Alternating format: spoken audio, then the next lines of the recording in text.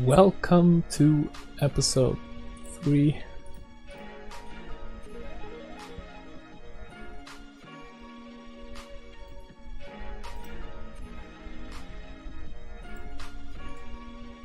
I'm gonna steal here.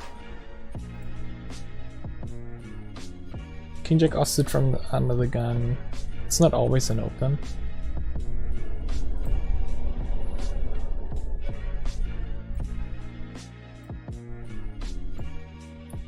Depends mostly on the players on the table.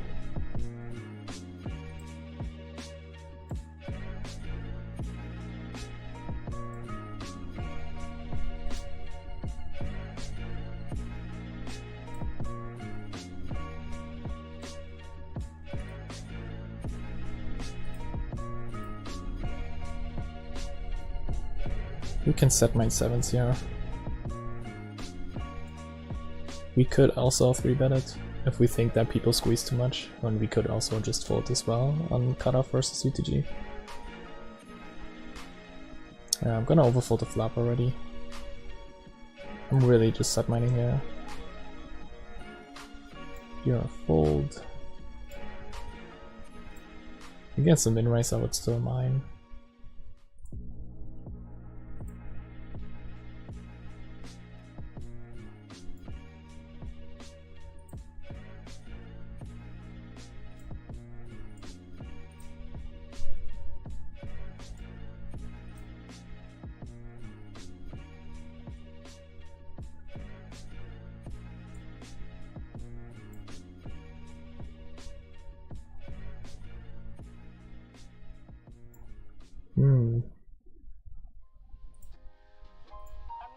I think we just call.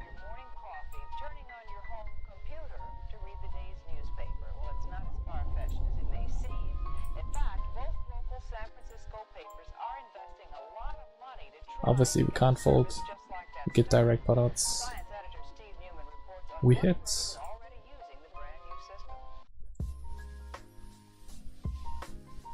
If we start seeing a raise here, it would get tricky. But we don't.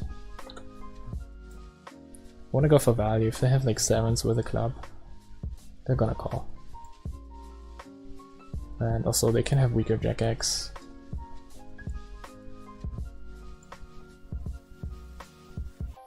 I think it's unlikely that we are beat here. So we go for value again. Yeah, let's bet large. I want to look like a missed flush draw. This guy. Okay, so he slow plays the nut flush like that and doesn't even raise the river. That's pretty interesting.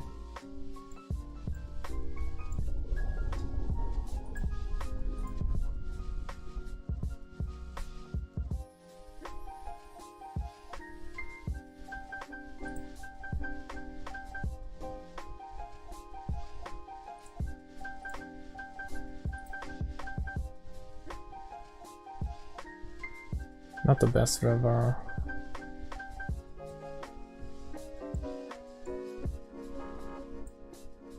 But it is a brick, so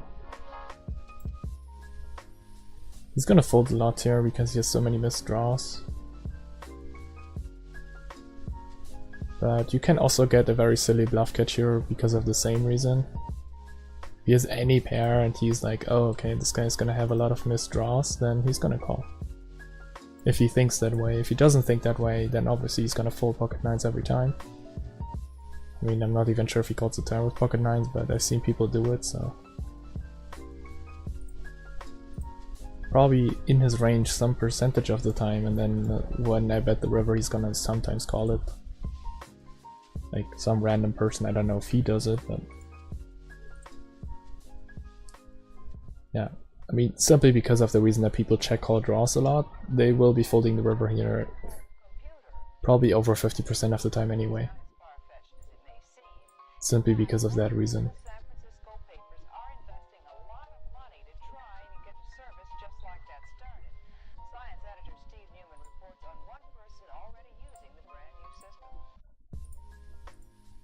I'm not re-raising against min 3-bets. Min 3-bets are just giving you amazing putouts.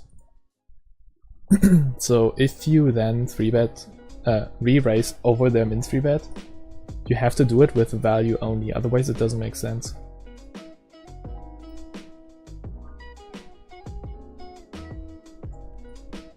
Because if you bluff re-raise over a min 3-bet, you could have just taken the pot odds and call. You don't need to bluff, because the hands you are going to be bluffing, they are better off just calling because of the amazing pot odds that you get.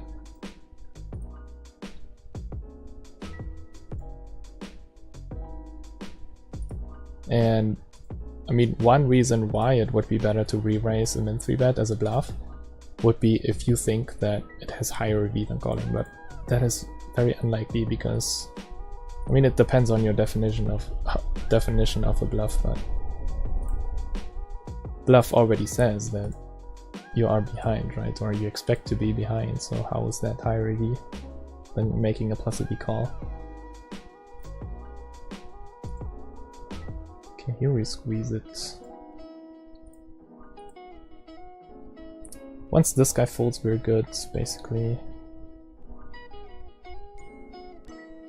Very often you will see people still call it, like for example this guy, but he's most likely just on a pocket pair.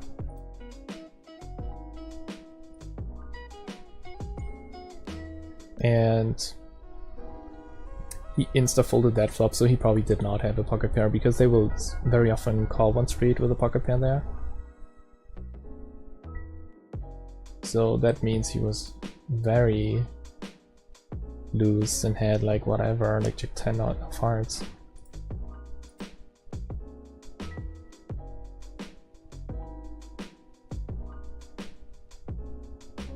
I wish I had the king of diamonds here, it would make the spot simpler.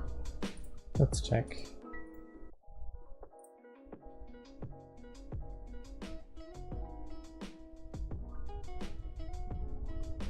If he checks, we bet. If he bets, we fold.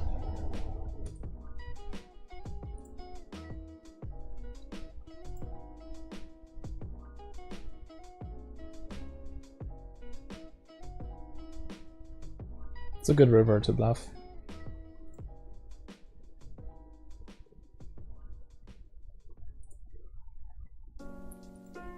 It pressures every single hand that in his range. Like, he should not have stuff that... I mean, yeah, if he hits a queen there, which is definitely possible because he can probably have something like queen deuce, then yeah, it sucks. We bet into the nuts basically, but most of the time he will have some random like 8-9 offsuit or ace deuce, and how's that gonna call the river? It's like, if he decides to call it, then yeah, at that point I'm not even mad. If he bluff catches me, then he's just, I don't know, reading my mind, I guess.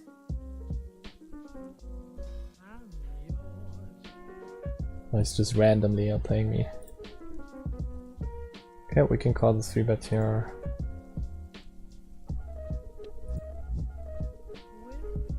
Against this huge size, we just overfold everything. It's...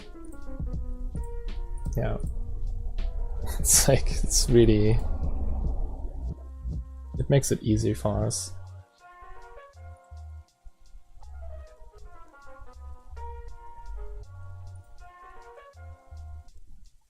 It's also that I don't 4-bet ace king there, so I can have those 16 combinations or 12 combinations because there's an ace on the flop.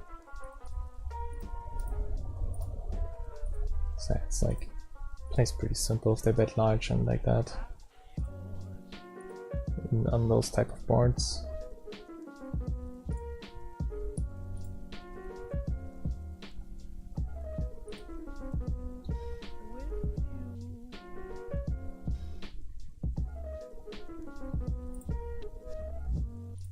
We can bet. I'm not afraid of getting raised.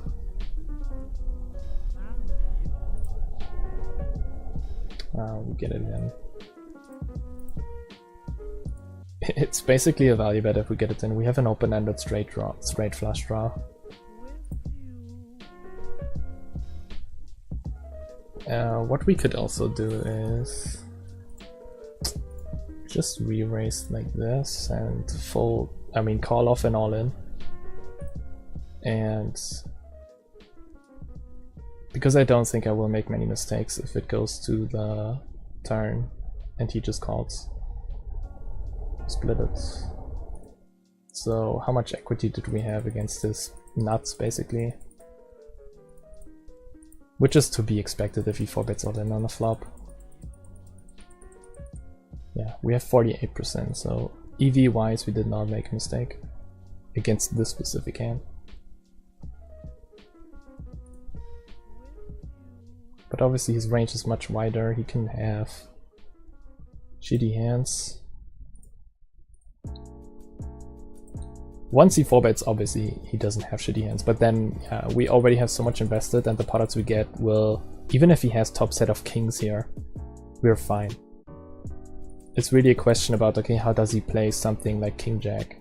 He will never raise the flop with king jack, I think, so that's not really something to consider. But what if he raise folds ace jack of hearts? Something like that, which is a better hand than our hand. Or it might not even be, because we have the open-ended straight flush draw, but yeah, it's pretty weird once we flop that monster draw.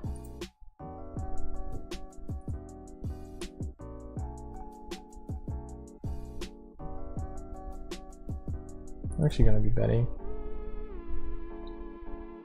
I don't think we win by checking ever.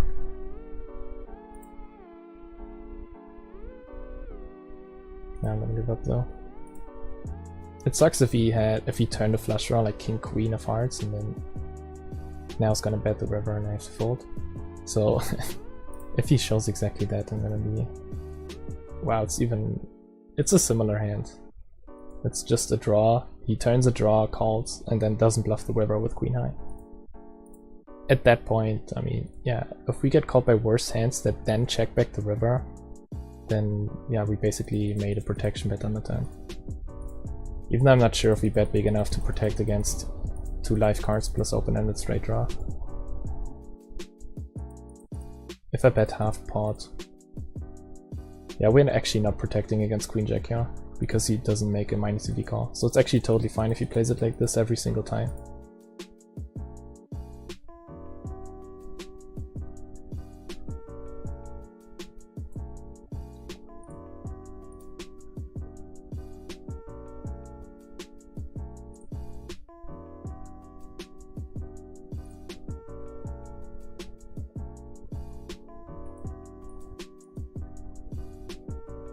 Let's 3-bet. It's usually not a 3-bet against UTG here, but because the guy does have a pink tag, which stands for loose passive, I'm more willing to 3-bet. Thinner.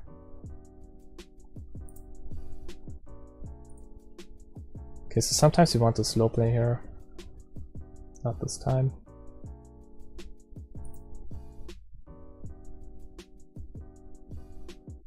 I'm more willing to slow play if I have some backdoor flush draw going on, or the board is rainbow in the spot.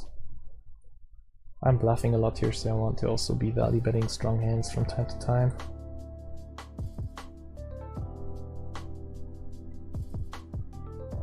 And that's it for episode 3. See ya in episode 4.